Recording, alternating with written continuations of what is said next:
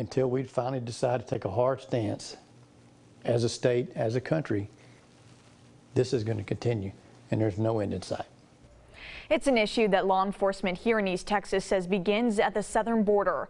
Tonight, we continue our journey in the Rio Grande Valley, the heart of the drug trafficking trade. For law enforcement there and here in East Texas, it's an endless battle to stop the never-ending flow. Now, departments tell me they're stretched thin.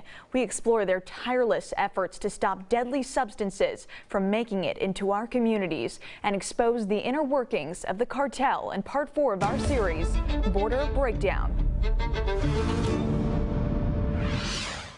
It's an endless battle to stop it. Trafficking drugs from Mexico into the U.S. A crisis this retired smuggler says is going nowhere. It's just a chain that goes on and on. East Texan Jeff Kennemer spent the past 25 years fighting to prevent drugs from making their way into the state, a mission fueled by a disturbing demand for deadly substances.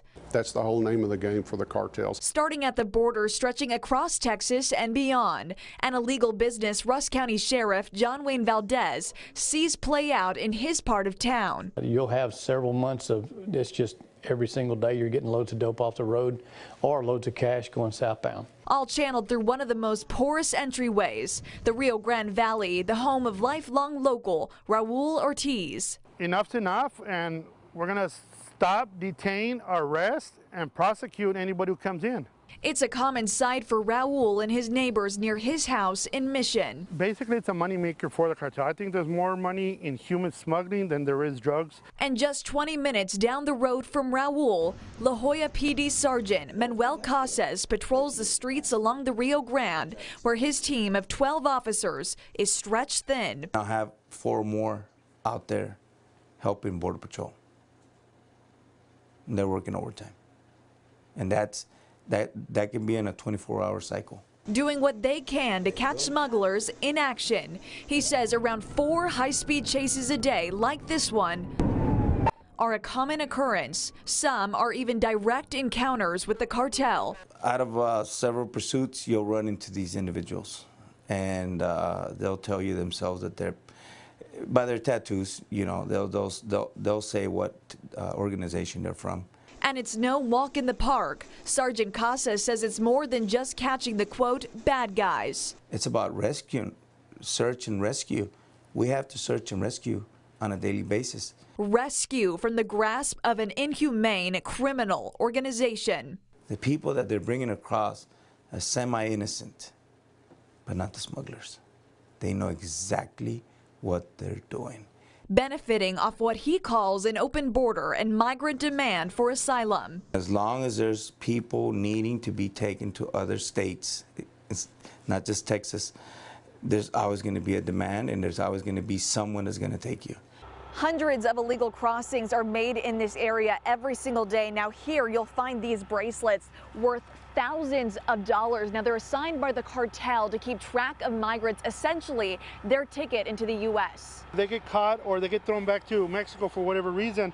They're able to look back in the log and say, you know what, that person crossed on such and such date to the United States. The remnants of smuggling operations are left behind in this abandoned park in La Jolla. Each individual bracelet has a number.